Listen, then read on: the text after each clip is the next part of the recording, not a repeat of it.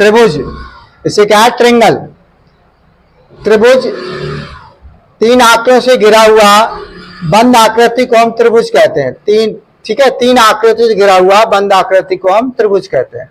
इसमें सबसे बड़ा क्लास 10th के लिए इंपॉर्टेंट है थेल्स प्रमेय। थेल्स प्रमेय, आधारभूत प्रमेय, इसे हम दूसरी भाषा में कहते हैं। हमें सिद्ध करना है डी समांतर है बीसी के, डी समांतर बीसी के, मतलब ये डी समांतर बीसी के हमें सिद्ध करना है।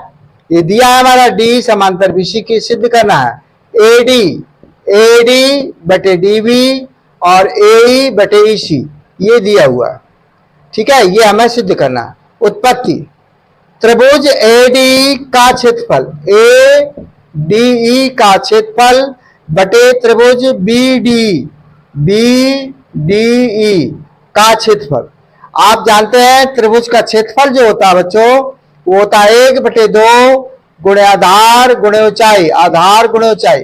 इसका आधार क्या है, एडी है, इसका लंब क्या है, ई एफ है, तो हमारा हो जाएगा 1/2 आधार एडी गुणे लंब आपका ई एफ या ऊंचाई ई एफ। इसी प्रकार आपका बी डी का बी डी ई, इसमें आधार क्या आपका बी डी है, ठीक है, ये डी बी कह सकते हैं, डी बी है, और इसका जो आपका वो है लंब कितना दिया, ई एफ, ऊंचाई ई एफ। तो देखिए इससे कट गया और E F C F cut गया, आपका आ गया ए डी बटे डी बी, ये पहला समीकरण हो गया, ये पहला समीकरण। इसी प्रकार त्रिभुज ए डी ई का क्षेत्रफल बटे त्रिभुज D E F D E C का क्षेत्रफल, डी सी हमने अब क्या लिया, डी ई सी, ये वाला लिया डी ई सी का क्षेत्रफल। इसमें वही करेंगे 1/2 आधार गुणे ऊंचाई, 1/2 आधार गुणे ऊंचाई, इसका आधार क्या आएगा, ए, वही रहेगा।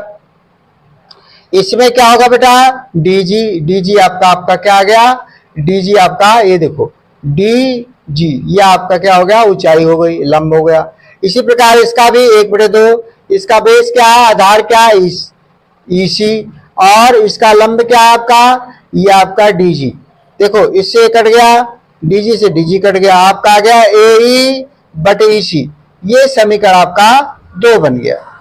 अब चूंकि त्रिभुज बीडीई तथा त्रिभुज डीईसी एक आधार दोनों में क्या है, डी है, तथा समान अंतर रेखाओं बीसी तथा डी के बीच बने दो त्रिभुज है, इसलिए त्रिभुज एरिया त्रिभुज बी डी ई, ये वाला, और इसमें भी ये दूसरा लिया एरिया त्रिभुज डी ई सी, ये वाला, दोनों बराबर है। अब ये दोनों क्या है, बराबर है, इसीलिए हम कह सकते समीकरण 1, 2 तथा 3 से। अब 1, 2 क्योंकि समय दोनों त्रिभुज बराबर है, तो समीकरण 1 अर्थात एडी बराबर एडी बटे डीबी और ए बटे ईसी, ये आ गया। या हम ये कह सकते हैं एडी बटे ईबी बराबर होगा ए बटे ईसी, यही हमें सिद्ध करना था, चलिए अगली प्रमेय है आधारभूत समानुपातिका प्रमेय का विलोम। इसका उल्टा हमें दिया क्या है, दिया है एडी बटे डीबी बराबर ईसी, ये ए बटे ईसी, ये आपका पहला समीकरण हो गया, ठीक है।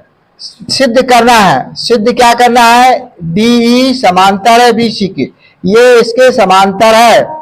देखिए उत्पत्ति में अभी हमने पढ़ा था, ऊपर पढ़ा था हमने एडी बटे डीबी ए बटे ईसी, देखो वही दिया हुआ त्रिभुज एबीसी में एडी बटे डीबी बराबर है ए बटे ईसी, ये समीकरण 1 बना, यहां से नहीं लिखेंगे, ये समीकरण 1 बन गया।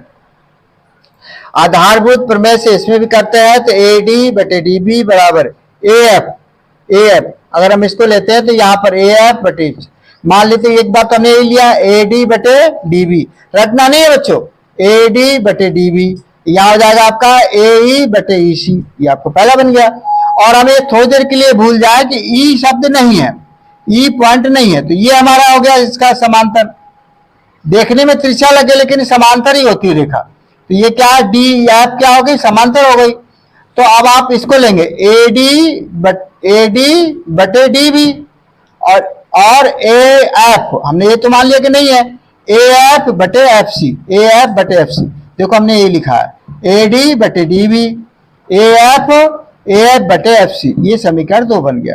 अब आप इसमें देखेंगे समीकरण 1 और 2 से तो कुछ कॉमन है, ए डी बटे डी बी और ए डी बटे डी बी दोनों इसमें कॉमन है, एक जैसे है, और जब एक जैसे है तो हम इस समीकरण के इसके बराबर कर सकते हैं। तो समीकरण 1 और 2 से, अर्थात ए लिख दिया, ये वाला लिख दिया मैं, ए बटे ई सी, और दूसरा हमारा क्या दिया बच्चों, A F upon F C, ये एक दूसरे के बराबर हो गए। अब देखिए हम समीकरण 3 में दोनों ओर एक जोड़ने पर, समीकरण 3 में क्या करेंगे, एक जोड़ने पर एक जोड़ दिया। अब हम एक जोड़ेंगे तो यहां हमने एलसीएम लिया ईसी, तो ये तो यही आ जाएगा 1/1 का, तो ईसी का मल्टीप्लाई 1 में करें तो ईसी आ जाएगा। ऐसे यहाँ पर ए एफ, अब यहाँ एफ सी का एक, तो यहाँ एफ सी आ जाएगा। अब आप गौर से फिगर को देखें, यहां लिखा है ए ई, हमने पहले ए ई लिया, ए ई प्लस ई सी, ए ई प्लस ई सी, तो दोनों के किसके बराबर हो गया, ए सी के। यहां फिर दूसरा लें ए एफ, हमने ए एफ लिया, ए एफ बटे एफ सी, ए एफ बटे F C plus F C, ये प्लस एफ सी, तो किस तब भी बराबर ए सी के।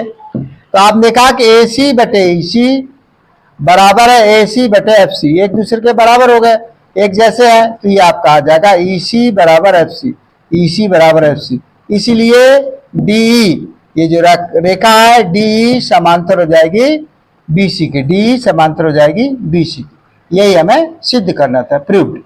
अब एग्जाम्पल समझते हैं, ये त्रिभुज आपका है ए बी सी, तो यहां पर देखिए आपने देखा कि ए डी बटे डी बी है, ए ई बटे डी, लगा दिया हमने। आधारभूत प्रमेय का है या थेल्स प्रमेय का है, थेल्स प्रमेय से ए डी बटे डी बी, यहाँ क्या जाएगा, बहुत रटना नहीं है, देखो ए डी बटे डी बी, ए ई बटे ई सी, बस ऐसे क्रम से लिख दो। अब यहाँ नकल कर दिया, 3 इसका मान दिया है, डीबी का मान कितना दिया 4, इसका मान दिया 2 ईसी। अब हमने क्या किया, क्रॉस मल्टीप्लिकेशन, तो 3 गुणे ईसी 2 गुणे 4, तो ईसी बराबर ये कितना हो जाएगा, 4 दूनी 8, ये बटे 3, तो ईसी बराबर कितना हो गया 8/3। ये क्या हो गया बच्चों, हमारा आंसर आ गया। Thank you very much.